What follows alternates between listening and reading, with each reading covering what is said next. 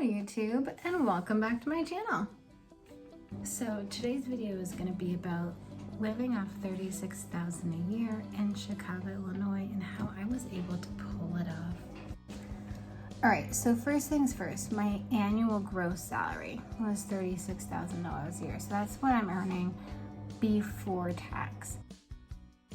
My gross pay per paycheck was $1,384. Again, that's what I was earning before tax.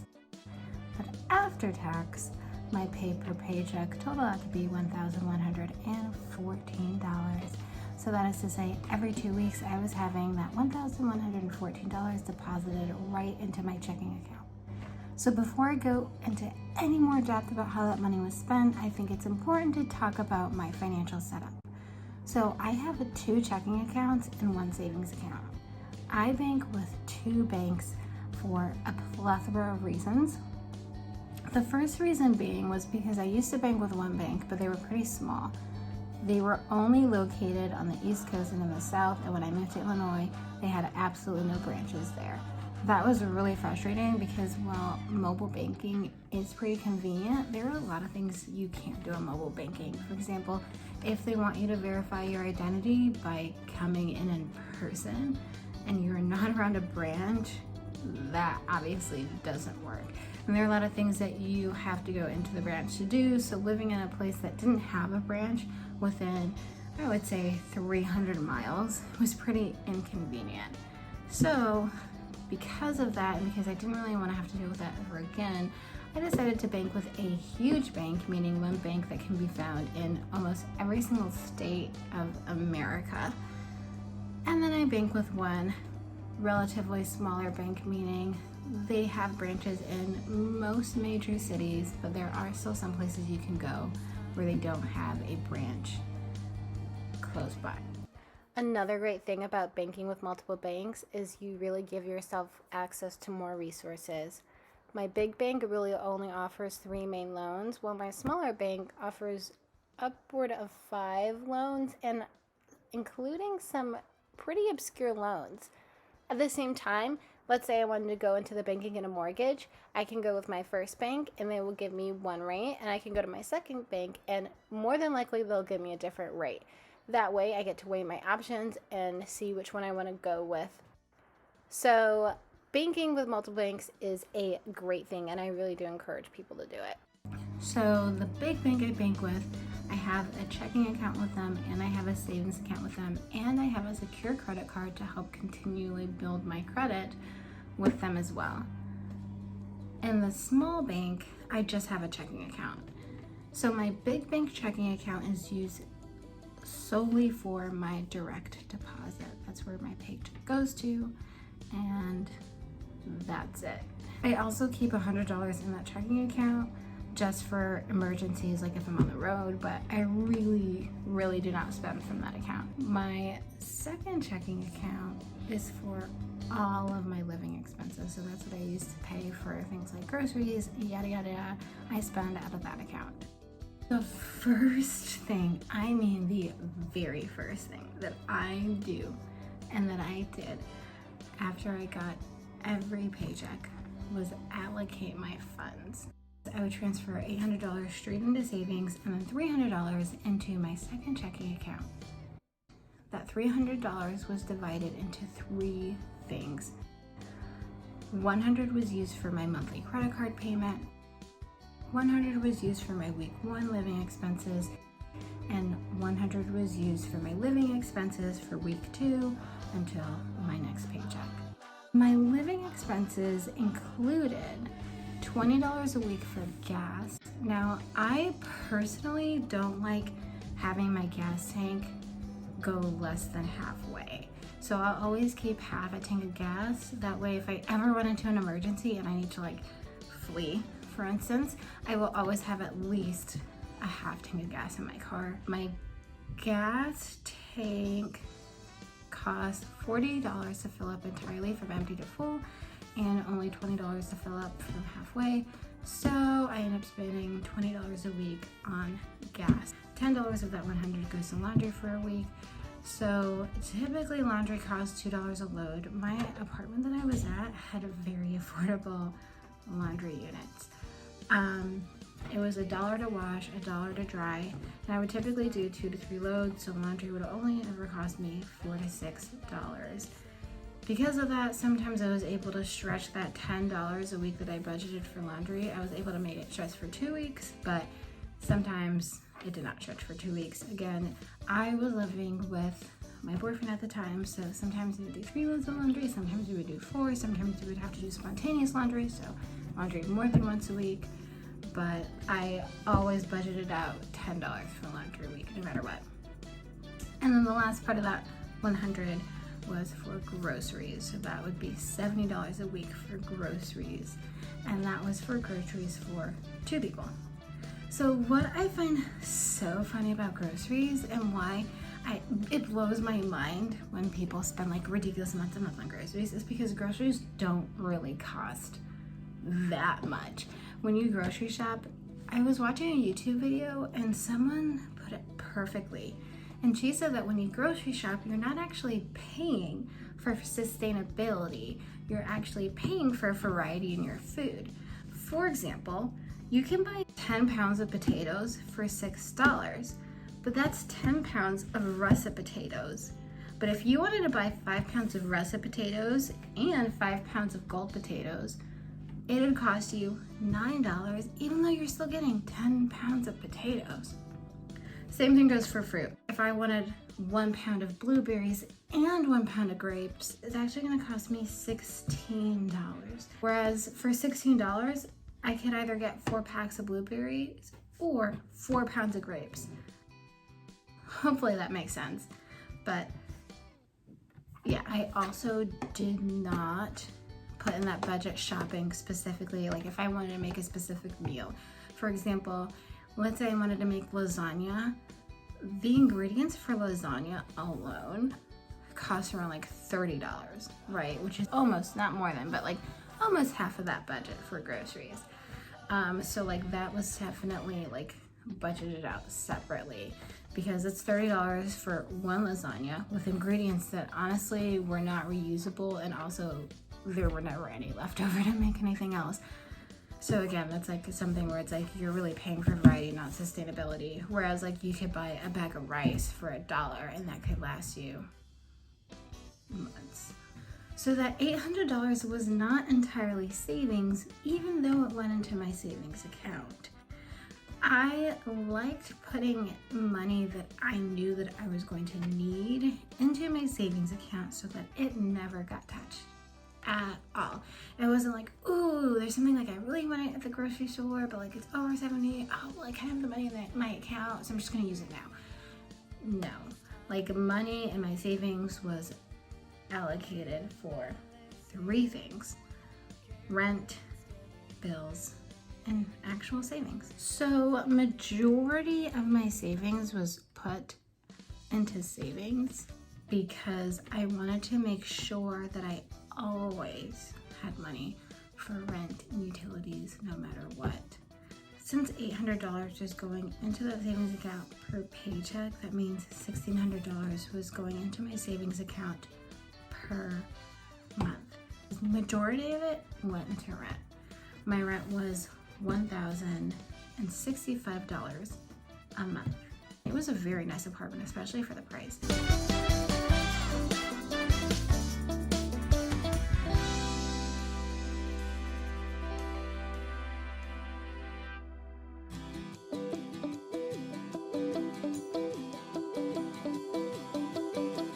My utilities were electric and gas, and neither of them really ever, I don't think either of them ever cost more than $25 a month. And then other bills included Netflix, internet, and phone. So my Netflix is $10 a month, my internet was $34 a month, which it was actually $20 a month, but I also paid $14 a month for equipment to use, which was a modem. So it totaled out to be $34 a month, and my phone cost $70 a month. Now, these bills, my Netflix, internet, and phone, are charged on the credit card that I pay $100 on. So while I was in Chicago, that card had $2,000 worth of debt on it, which to me is not really a lot because I've paid it off like multiple times. But even though I was paying that card down $200 a month technically, because other charges were being added to it at the same time, I was really only paying it down by $86 a month. So those bills never actually came out of my savings account. They came out of that $300 where $100 was being used to pay down that credit card. So even though I only made $36,000 a year in Chicago, which if you know Chicago, that's literally considered low income. Like it's like your poverty, you qualify for low income housing. Congratulations to you. I was still able to save money on top of all of those expenses. So my savings always totaled that $1,600 minus whatever I paid in utilities, minus bills, but because again, my bills were technically zero because it was being paid off with the $300, it was just that $1,600 minus utilities. So that was always my goal, to save $400 a month.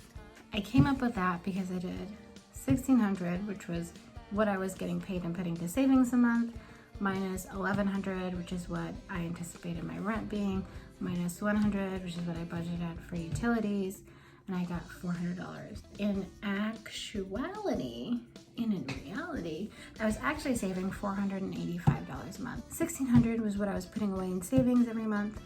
$1,065 is what I was paying in rent every month, and $50 is what I was paying in utilities every month. So that allowed me to save $485 every month. So what was I doing with that extra $85, you may ask?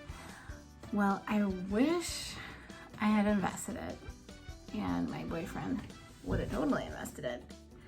But I actually just use it for more groceries, or I just saved it. You know, like if I was feeling spunky on a certain day and I was like, ooh, I want a kombucha today while I grocery shop because I earned it. Because grocery shopping is not the most fun thing in the world. I would do that. So that's where that extra $85 went. Or like, let's say I wanted to save up for a gift for a birthday or an anniversary or a holiday. That's where all that money went.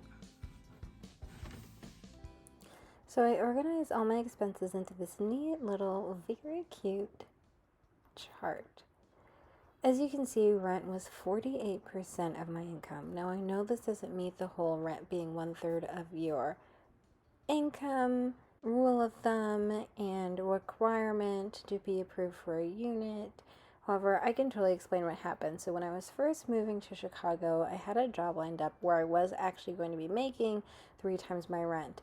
After I moved to Chicago and I moved into this apartment, that job fell through because of COVID, yada, yada, yada. I took on a similar job for less pay, and my income ended up being only 2 times my rent. But by that time, I had already been approved for the unit. I had already been moved in, so it honestly didn't make a difference. I had already committed to paying 12 months rent. The next big portion of my graph is clearly my savings, which always makes me happy. Then groceries, which I need. Then my credit card, so I can build my credit and also not have any debt. Then gas, utilities, laundry, and whatever was left over in my checking. So like my second savings pretty much. I would consider this to be a very healthy looking graph. If I could change anything about this graph, I would try to make rent a smaller portion of the graph and my savings a larger portion. But all in all, I'm very happy with this graph. So some things that I did not include was parking. My building had a parking lot next to it. Well, this parking lot wasn't directly next to it. How it was set up was, here was my building, here was a church, there was the parking lot for the church. Because the church had such a huge parking lot, they would rent out spaces in their parking lot to people who wanted a place to park. I was one of those people. You can buy a parking space for $40 a month. I did not include that because I did not pay for that. My boyfriend paid for my car and for his car. So I put $40 to $80 a month because in my neighborhood, Another option for parking was to get a parking permit, which allowed you to park on the street. You can get parking for the day or parking overnight. And obviously, if you're looking for parking, you would get parking overnight because parking during the day where I lived was free, but that was $80 a month. So we chose to go the route of the parking lot for $40 a month per car. I also did not include car insurance because I do not pay for car insurance monthly. I pay for car insurance every 6 months. Every 6 months, car insurance cost me $250. That equates to around $42 a month. I have a sweet deal. Like, when people tell me how much they pay for car insurance, I'm just like, dude, are we living on the same planet? Because like, I have never been quoted that high for car insurance. But again, my car insurance is literally the bare minimum that you, it's like literally like the legal requirement that you legally have to add or have to have, and nothing more. And this is honestly because I'm a pretty good driver. I don't anticipate in getting into any accidents. I prefer just following the rules of the road and avoiding all accidents. If somebody hits me, then their insurance pays for it. And I don't really have anything to protect me against weather damage, which I considered getting, but why I didn't get it is because even if you file a claim for damage on your car caused by weather, your premium goes up. So it didn't make sense to me because I wouldn't want my premium to go up, so I would never file a claim, and so I wouldn't be using this service I was paying for. So financially, it just didn't make any sense to me. Another thing that I didn't add on here was health insurance, including medical, dental, and vision, because I did not have health insurance. Now, this may be a little controversial, but when I first moved to Chicago, I was still on my parents' insurance because I was 25. When I turned 26, I was offered health insurance and including medical, dental, and vision by my employer, but it was so expensive. I'm talking like $250 a month, $150 a month minimum for medical insurance, and the $150 a month medical insurance still had a $5,000 to $7,000 deductible, meaning I would have to pay $5,000 to $7,000 out of pocket before my insurance kicked in. And the $250 a month one had, I believe, like a $2,000 deductible. And then on top of that, it was another around $30 for dental and around $6 for vision, or yeah, $6 to $8 for vision a month. I had such a fine-tuned budget. I was like, I don't want to fit that anywhere in my budget. Like, I could have obviously taken on a savings, but I was like, no, because I'd rather have money for emergencies, seeing as I was gonna have a high deductible anyway, than spend all that money on healthcare. Also, I cannot tell you the last time I ever really used a medical service. So I would be paying $1,800 to $3,000 a year for services that I never used. Another reason why I honestly don't really believe in getting medical insurance in this day and age, unless it's heavily subsidized, is because a lot of the times I just go to urgent care. Like, urgent care is so accessible that it does not make sense to have health insurance and be paying $250 a month when you don't go at all during the year, or go once a year and only pay maybe $150 out of pocket, maybe not, maybe less. The only times I've really been to the doctor within the last 4 to 10 years have been for physicals. And now with urgent care, you can get a physical done for around $40, and in a lot of urgent cares, insurance don't even cover physicals. I just had to stop myself and correct myself right here. Please ignore my crazy-eyed face. But what I meant to say was, at some urgent care clinics, they will not bill insurance for certain services. For instance, your insurance may fully cover a physical under something like preventative care, but the urgent care clinic will charge you and not bill your insurance because they want to charge a flat rate for that service, and they're not going to bill insurance for it. So it did not make any sense for me to ever have medical insurance. Another good thing to get if you don't have it is GoodRx, because they give you great discounts on your prescription medicine and no insurance is required. A lot of services in healthcare will help you out without having insurance. You just have to find resources. You really just have to search and find them. Same thing with dental. There are a lot of dental clinics that will offer a flat rate for like a cleaning fee, and you only need to get your teeth cleaned once every 6 months. So you can either pay $30 a month for dental, like $360 a year for dental, and you only use it one time for free cleaning, or you just pay $80 to $90 one time to get your teeth cleaned. At the end of the day, you're still saving a significant amount more money by not having dental as opposed to having dental. Same thing for vision. I use vision once every maybe 5 years. Like I have glasses, but I also know that if I go to America's Best, I can pay $75 and get a free eye exam and 2 free pairs of glasses for $75 as opposed to having to pay vision once a month, every single month, for services that I don't ever use. And if I have vision insurance and went to America's Best, I would get the same deal, but maybe for like $10, $15.